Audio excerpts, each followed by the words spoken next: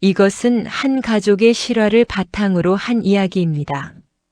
사랑과 배신, 그리고 그로 인한 상처를 다룬 무거운 내용이 포함되어 있으니 청취 시 주의해 주시기 바랍니다. 소영아, 한 가지만 물어볼게. 그 아이들 정말 내 자식들 맞아? 민수의 떨리는 목소리에 소영은 긴 침묵 후 대답했다. 미안해. 그 순간 민수의 세상이 완전히 무너져 내렸다. 민수는 문득 그날을 떠올렸다. 2016년 봄, 민수는 결혼을 앞두고 설레는 마음으로 형에게 전화를 건 그날을 형, 웨딩 플래너 좀 소개해 줄 수 있어? 소영이가 걱정이 많아서 말이야. 물론이지. 내가 아는 사람 중에 정말 괜찮은 분이 있어. 믿고 맡겨도 돼. 민호의 목소리는 평소보다 한 톤 높았다. 그는 이미 며칠 전부터 이 순간을 기다리고 있었다. 동생의 약혼녀 박소영을 처음 본 순간부터 그의 마음속에는 설명할 수 없는 갈망이 자리 잡았다. 첫 미팅이 잡힌 날, 민호는 일부러 같이 참석했다. 안녕하세요. 또 뵙네요. 박소영입니다. 민수 씨한테 형 얘기를 많이 들었어요? 소영의 밝은 미소가 민호의 가슴을 두근거리게 했다. 그녀의 긴 머리카락이 바람에 살랑거릴 때마다 민호는 자신이 느끼는 감정이 형으로서 가져서는 안 될 것임을 알면서도 시선을 떼지 못했다. 형 도와주겠다고 해서. 정말 고마워. 소영이 혼자 준비시키려니 미안하더라고. 형이 좀 챙겨줘. 걱정 마, 이제 재수씨인데. 가족 될 사람 챙겨야지 내가. 민호가 웃으며 말했지만 민호의 마음속에는 이미 다른 계획이 자리 잡고 있었다. 결혼 준비 기간 동안 민호는 자주 도움을 준다는 핑계로 소영과 시간을 보냈다. 민수가 야근에 시달릴 때마다 민호가 대신 소영과 드레스샵을 다녔고 예식장을 둘러보았다. 그 시간들은 민호에게 달콤한 착각을 안겨주었다. 마치 자신이 소영의 진짜 약혼자인 것처럼 느껴지는 순간들이었다. 결혼 후 3년이 지났을 때부터 이상한 일들이 하나둘 발생하기 시작했다. 민수는 회사 일에 매달려 있었고 소영은 육아와 집안일로 지쳐갔다. 그 틈을 민호가 파고들었다. 소영아, 힘들지? 내가 아이 좀 봐줄까? 아주버님 정말 고마워요. 민수가 요즘 너무 바빠서 혼자 힘들긴 했거든요. 민호는 소영의 우울한 표정을 놓치지 않았다. 그녀가 외로워할 때마다 자신이 필요한 존재라고 느꼈다. 처음에는 정말 도움을 주려는 마음이었지만 시간이 지나면서 그 마음은 다른 방향으로 흘러갔다. 어느 날 오후 민수가 갑자기 일찍 집에 돌아왔다. 여보, 나왔어. 민수의 말에 아무도 대답이 없었다. 현관을 들어서던 민수 귀에는 소영의 낯선 숨소리가 들렸다. 거실에서는 서둘러 옷을 정리하는 소리가 들렸다. 서둘러 나온 듯 민호는 이상하게 붉어진 얼굴로 현관에 나타났고 소영은 머리카락을 매만지며 어색한 미소를 지었다. 아, 민수야, 일찍 왔네? 아주버님이 애 에어컨 고쳐주고 계셨어. 하지만 에어컨은 멀쩡히 돌아가고 있었다. 민수는 뭔가 이상하다는 느낌을 받았지만 형과 아내를 의심한다는 것 자체가 너무 끔찍해서 그 생각을 떨쳐버렸다. 며칠 후 가족 모임에서도 수상한 공기가 느껴졌다. 자꾸 눈을 마주치며 웃는 민호와 소영을 보며 소영의 시어머니는 지그시 웃었다. 민호야, 요즘 소영이랑 많이 친해졌구나. 어머니의 말에 민호와 소영은 동시에 시선을 피했다. 아, 네, 아주버님이 많이 챙겨주세요. 아이들도 잘 봐주시고. 소영은 애써 밝게 말했다. 그럼 좋지, 가족은 그래야지. 우리 민호도 이혼하고 힘들 텐데. 서로 많이 도와줘라.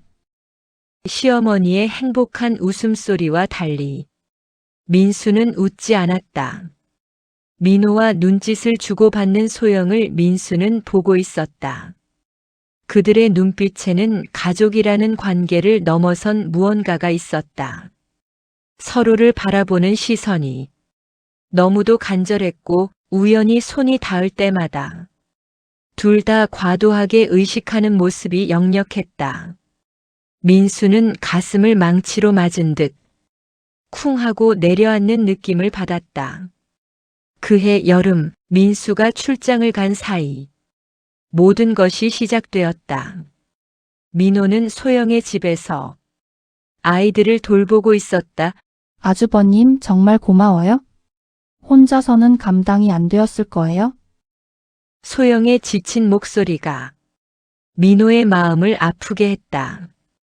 그녀는 아이 둘을 키우며 지쳐 있었고 남편은 항상 일에만 매달려 있었다. 소영아, 너무 힘들어하지 마. 내가 있잖아. 그날 밤 아이들이 잠든 후 둘은 거실에서 맥주를 마시며 조용히 이야기를 나누었다. 취한 듯 소영이 울먹이며 자신의 외로움을 털어놓았다.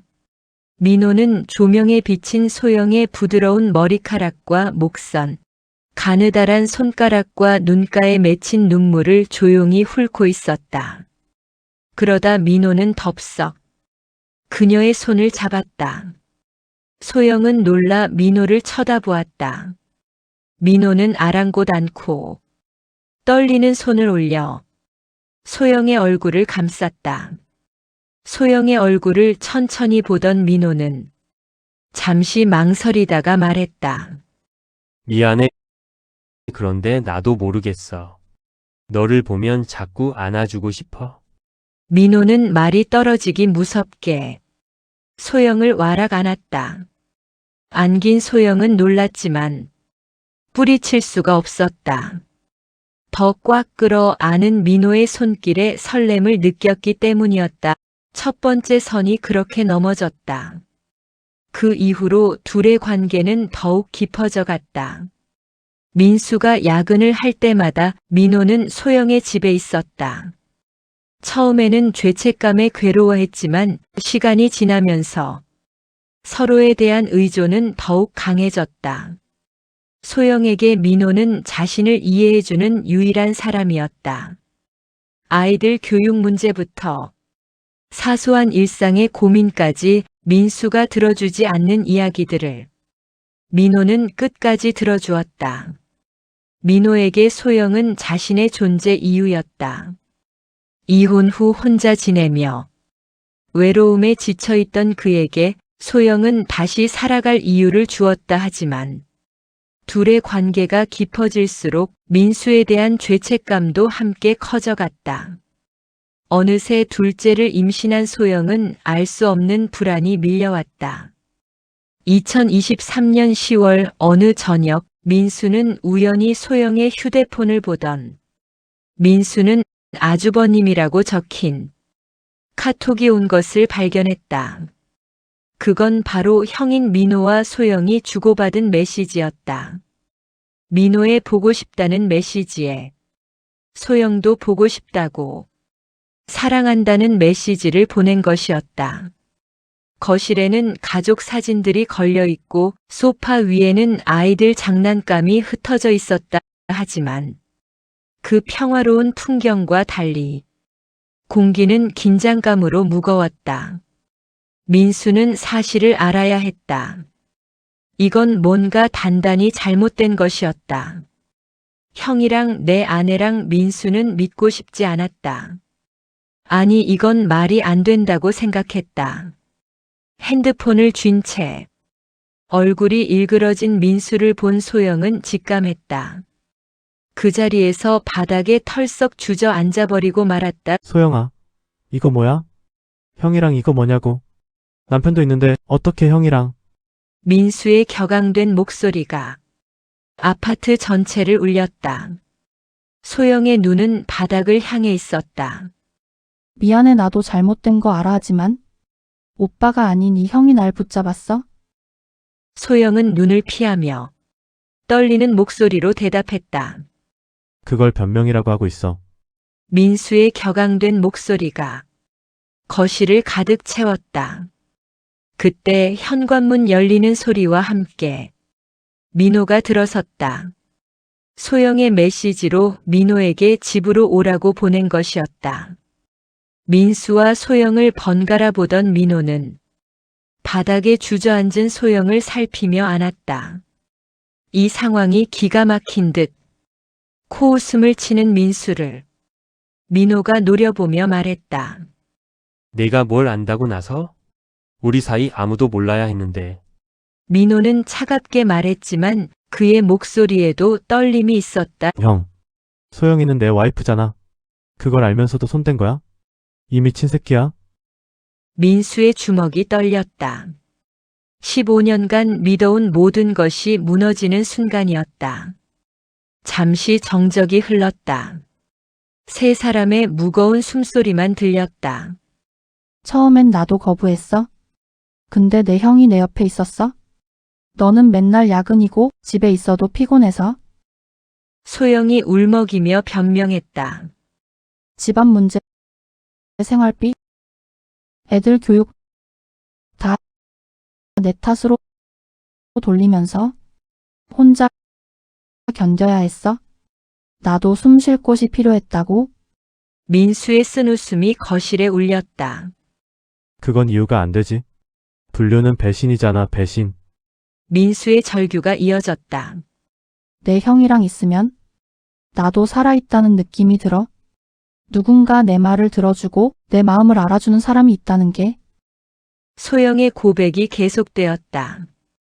그럼 지금까지 나만 바보였던 거야? 생활비 내고 땀 흘려 일하고. 결국 뒤에서 둘이서. 민수의 목소리가 점점 비통해졌다. 길고 무거운 침묵이 흘렀다. 소영은 눈물을 흘리고 민호는 시선을 바닥에 고정했다. 소영아, 한 가지만 물어볼게. 그 아이들 정말 내 자식들 맞아? 민수의 떨리는 목소리에 소영은 긴 침묵 후 대답했다. 미안해, 나도 둘째는 확신하지 못하겠어. 시기가 겹쳤어. 그 순간 민수의 세상이 완전히 무너져 내렸다. 그만해, 애들까지 끌어들이지 마. 민호가 깊은 한숨을 쉬었다. 넌 닥쳐, 새끼야. 형도 아닌 새끼. 이미 돌이킬 수 없게 만들었잖아. 내 가족, 내 인생, 모든 게 거짓이었던 거잖아. 민수의 절규가 아파트를 가득 채웠다. 우리 죄는 인정하지만 나도 외로웠어. 소영의 무너진 목소리였다. 그래, 이제 끝내자. 다 드러났으니까. 민호가 담담하게 말했다. 끝내자고. 내 인생은 산산조각 났는데 그냥 끝내면 되는 거야? 민수의 허탈한 웃음이 이어졌다. 이혼해줘. 아이들은 우리가 키울게. 소영은 떨리는 목소리로 겨우 말했다.